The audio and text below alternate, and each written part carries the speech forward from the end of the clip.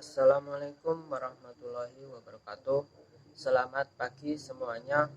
Kami dari kelompok 1 akan membawakan materi tentang demokrasi dan pemilu.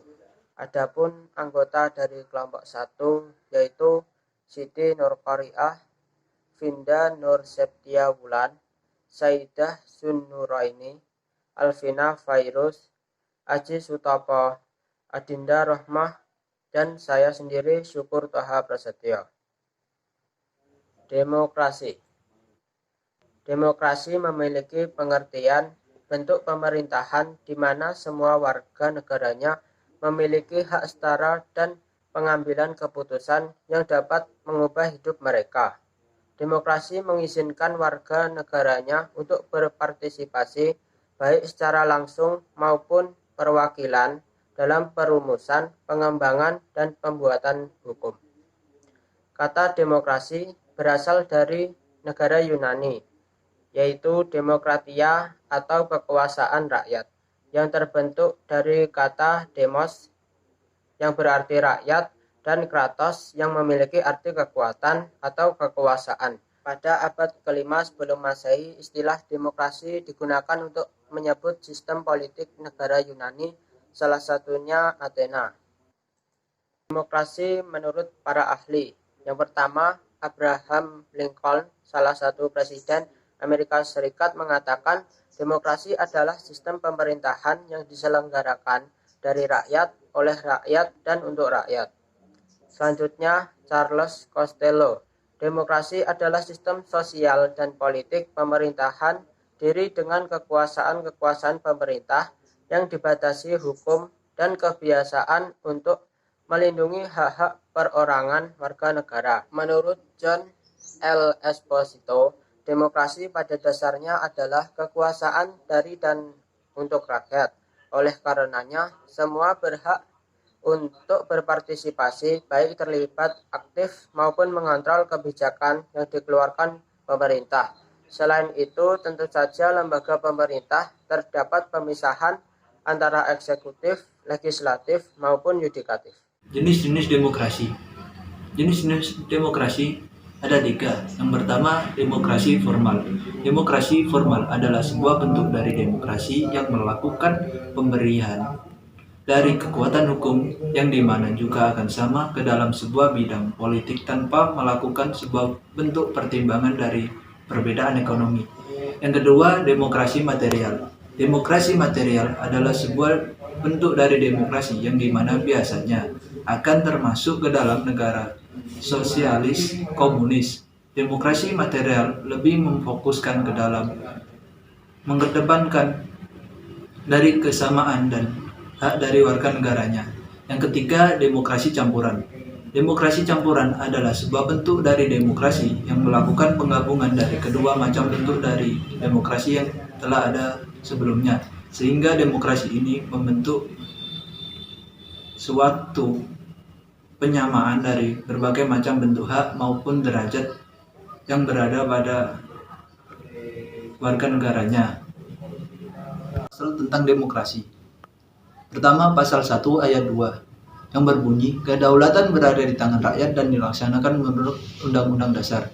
Yang kedua, pasal 2 ayat 1 yang berbunyi, Majelis Permusyawaratan Rakyat terdiri atas anggota Dewan Perwakilan Rakyat dan anggota Dewan Perwakilan Daerah yang dipilih melalui pemilihan umum dan diatur lebih lanjut dengan undang-undang.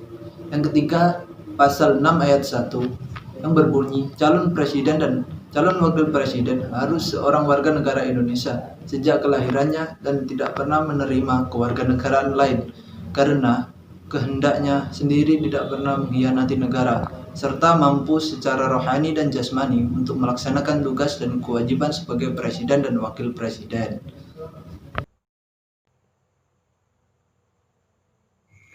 Pengertian pemilu.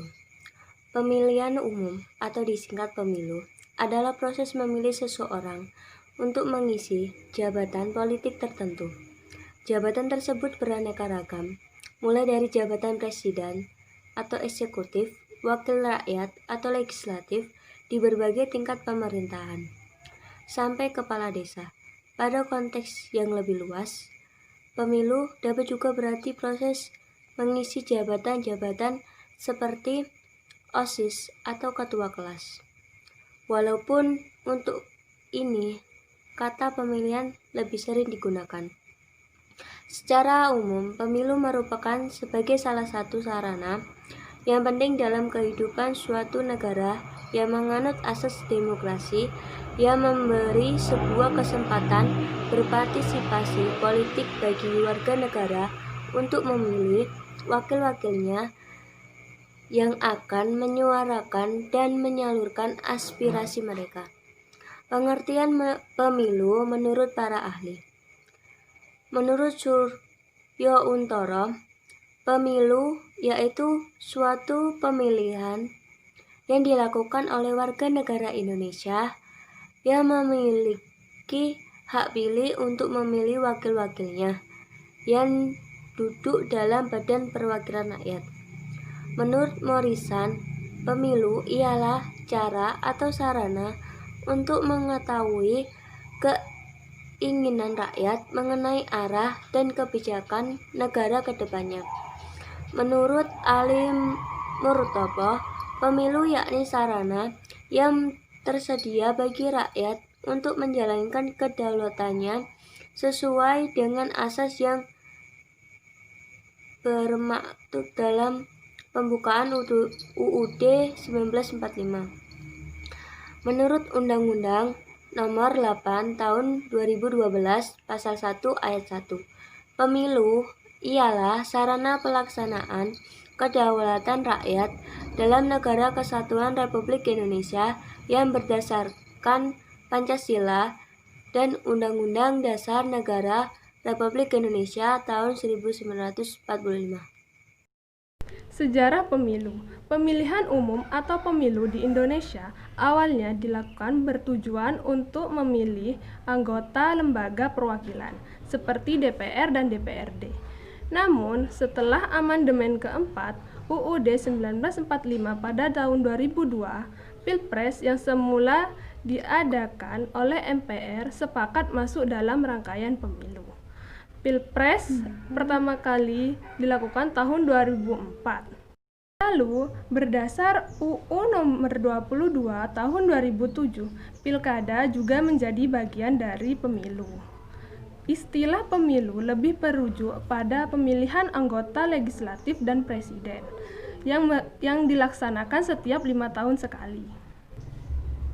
Pemilihan umum di Indonesia telah dilakukan sebanyak 12 kali, yakni mulai 1955, lalu jeda 16 tahun sampai ke 1971, 1977, dan 1982 yang berjarak 5 tahun sekali sampai 2019 tahun kemarin. Yang selanjutnya mengenai beberapa pasal yang ada dalam pemilu. Pasal yang pertama yaitu Pasal 19 ayat 10 tahun 2008. Pasal ini berisi bahwa warga negara Indonesia saat hari pemungutan suara telah genap berusia 17 tahun atau lebih, atau sudah atau pernah menikah, memiliki hak milik. Warga negara Indonesia sebagaimana yang dimaksud didasarkan pada ayat 1, di mana telah didaftar oleh penyelenggara pemilu sebagai daftar pemilih.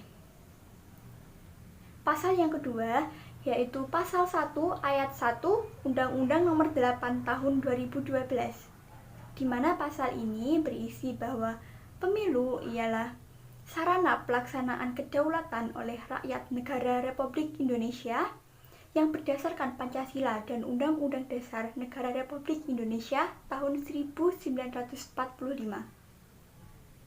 Yang selanjutnya adalah syarat menjadi pemilih dalam pemilu. Syarat yang pertama adalah warga negara Indonesia yang genap berusia 17 tahun atau lebih di saat hari pemungutan suara, sudah menikah atau sudah pernah menikah. Syarat yang kedua, tidak sedang terganggu jiwa ataupun ingatannya. Syarat yang ketiga, tidak sedang dicabut hak pilihnya berdasarkan putusan pengadilan yang mempunyai kekuatan hukum tetap. Syarat yang keempat, berdomisili di wilayah administratif pemilih yang dapat dibuktikan melalui KTP elektronik.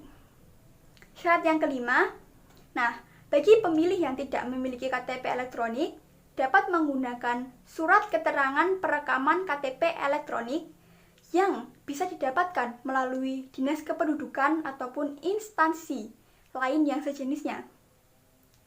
Syarat yang keenam, tidak sedang menjadi anggota TNI maupun Polri. Sesuai dengan pasal 200 Undang-Undang Nomor 7 Tahun 2017 yang berbunyi, dalam pemilu, anggota Tentara Nasional Indonesia dan anggota Kepolisian Negara Republik Indonesia tidak menggunakan hak pilihnya. Mengapa? Karena TNI maupun Polri harus terus menjaga netralitasnya dalam fungsi tugas dan wewenang sebagai alat negara.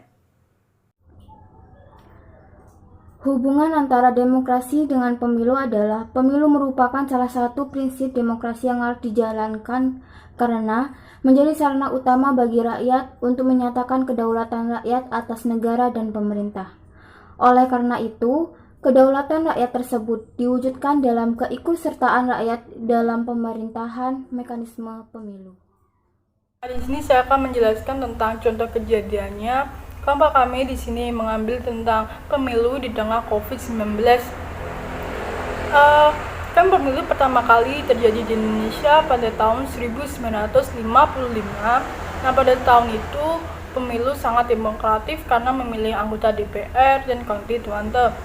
Pada saat itu jumlah kursi yang dibentukkan DPR berjumlah 260 dan 520 anggota konstituante dan 14 golongan minoritas yang diangkat pemerintah. Kan sebentar lagi akan terjadinya pilkada 2020. Nah, itu kan menjadi sorotan warga. Bagaimana tidak pemerintah Komisi 2 DPR Republik Indonesia dan Komisi Pemilihan Umum tetap memutuskan menyelenggarakan pilkada di tengah COVID-19 ini setelah mengalami penundaan. Meskipun pandemi COVID-19 ini di Indonesia belum menunjukkan pelandaian. Nah, maka dari itu menunjukkan pro dan kontra antara pemerintah dan masyarakat. Meskipun itu, kan pandemi ini tidak menunjukkan tentang kejelasan, tidak tahu kapan berakhirnya COVID-19 ini gitu. Tapi pemerintah tetap menyelenggarakan pilkada ini sesuai dengan protokol-protokol kesehatan yang ketat dan jelas. Takutnya juga kan akan menunjukkan booster pilkada yang akan memperburuk virus corona gitu. Tapi dengan diadakannya pilkada tahun 2020 ini pastinya golput itu kan menjadi salah satu alternatif kan, mengingat tentang kesehatan masyarakat juga, keselamatan publik kan pastinya tengah terancam. Jadinya golput akan menjadi sangat banyak gitu. Baik, terima kasih. Nah, itu tadi merupakan presentasi dari kelompok kami. Sebelum saya tutup, saya akan membacakan kesimpulan dari presentasi ini, yaitu demokrasi adalah bentuk pemerintahan di mana warga negaranya dapat ikut andil dalam pemerintahan tersebut, dan juga warga negara memiliki hak setara dalam pengambilan keputusan. Dan pemilu merupakan salah satu prinsip demokrasi di mana rakyat dapat berpartisipasi politik untuk memilih wakil-wakilnya yang akan menyuarakan serta menyalurkan aspirasi mereka. Demikianlah presentasi dari kelompok kami, kelompok 1. Apabila ada kekurangan atau kesalahan, kami mohon maaf. Wassalamualaikum warahmatullahi wabarakatuh.